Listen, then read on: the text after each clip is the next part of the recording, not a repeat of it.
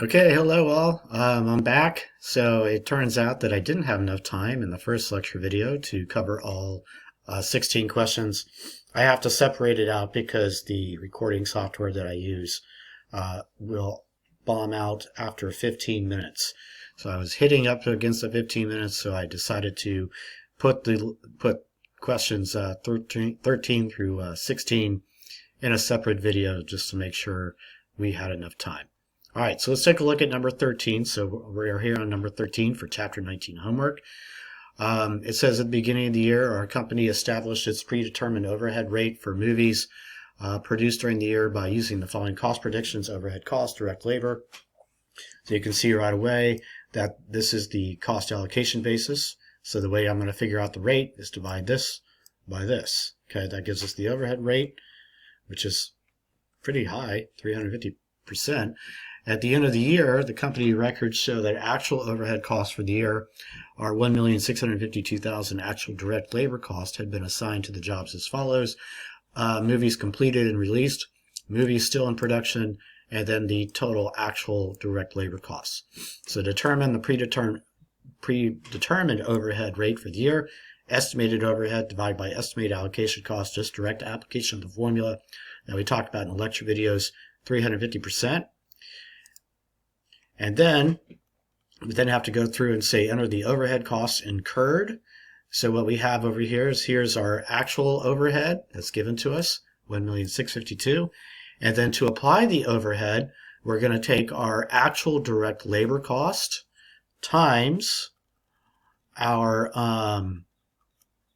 actual direct labor cost times our rate of 3.5, 350%. That gives us our $1,662,500. And then you can tell that applied is greater than actual. This means it's over applied overhead. And then prepare the journal entry to allocate it out to cost of goods sold.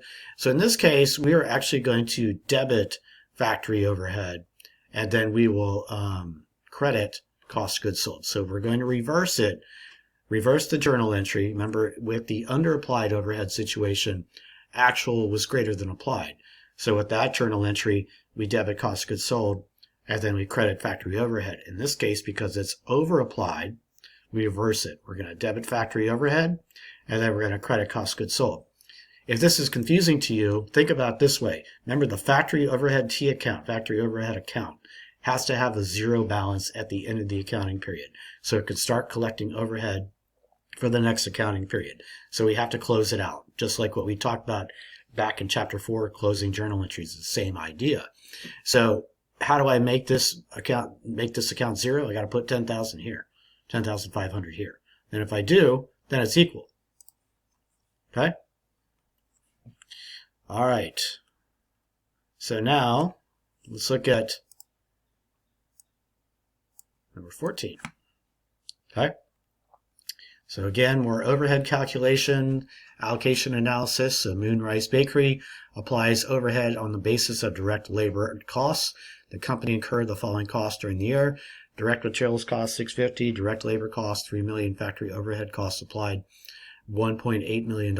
Determine the factory overhead. So again, we're trying this. Your textbook likes to do this, which is to kind of give you the applied overhead and then give you the base, and then see if you can kind of flip the formula to see if you can't come up with the rate. Because remember, the formula that I talk about in the lecture video is estimated overhead divided by estimated allocation base. So this is not estimated, this is applied overhead.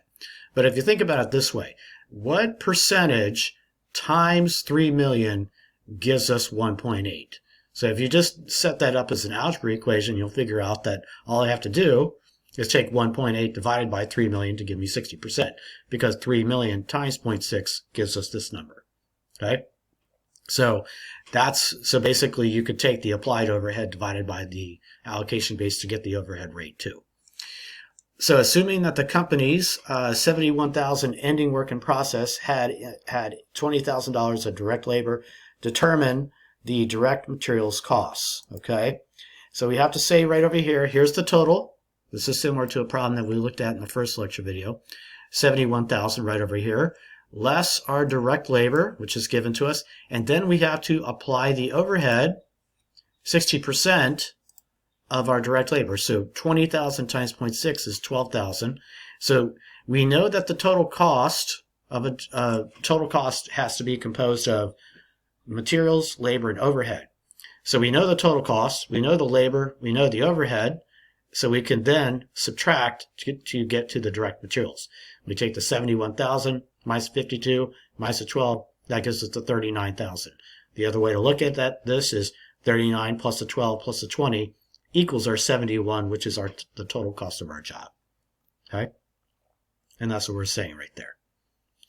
All right, so then let's look at number 15. So job order costing for services. So our company has requested bids from several architects to design its new corporate headquarters. Frey Architects is one of the firms bidding on the job.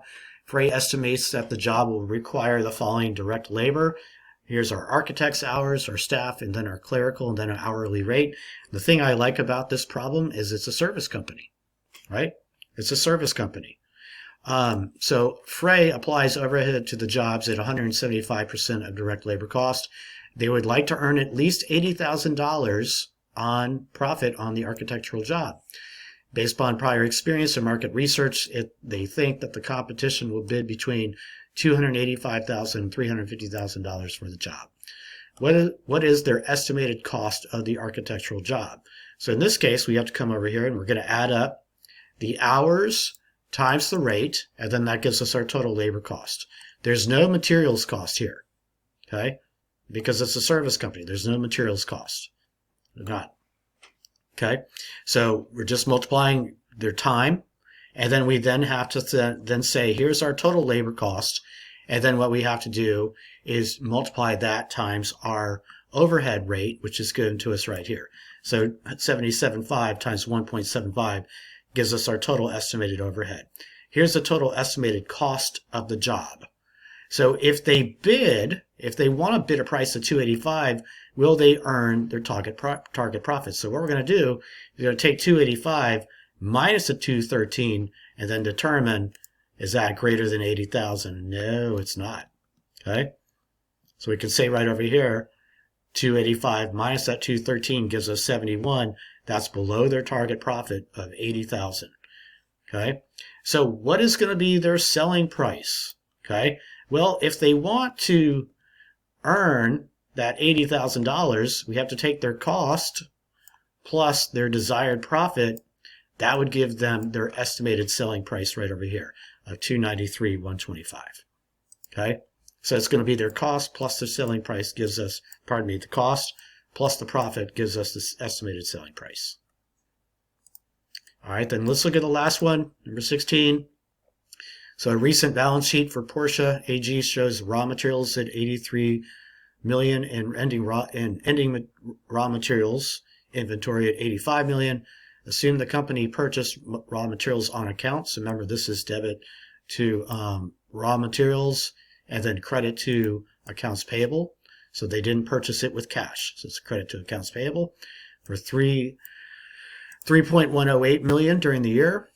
Prepare the journal entries to record the purchase of the raw materials and then the use of the raw materials in production. So I just kind of even talked about the journal entry to purchase it. It's debit raw materials inventory, credit to accounts payable. And then we look over here and we say, okay, how much did they actually use? Okay, so we come over here and we say their beginning balance plus their purchases minus their ending gives us how much they use. So the beginning plus the purchases minus the ending gives us our $3,106,000. And then we're assuming that these are all of our direct materials. Okay, this is direct materials because it's all going to WIP. So it's a debit to WIP and then credit to raw materials. Okay. All right, so that ends this lecture video, and if y'all have any questions, please reach out to me. I'm here to help, but I can't help unless you ask. Thanks so much. Bye.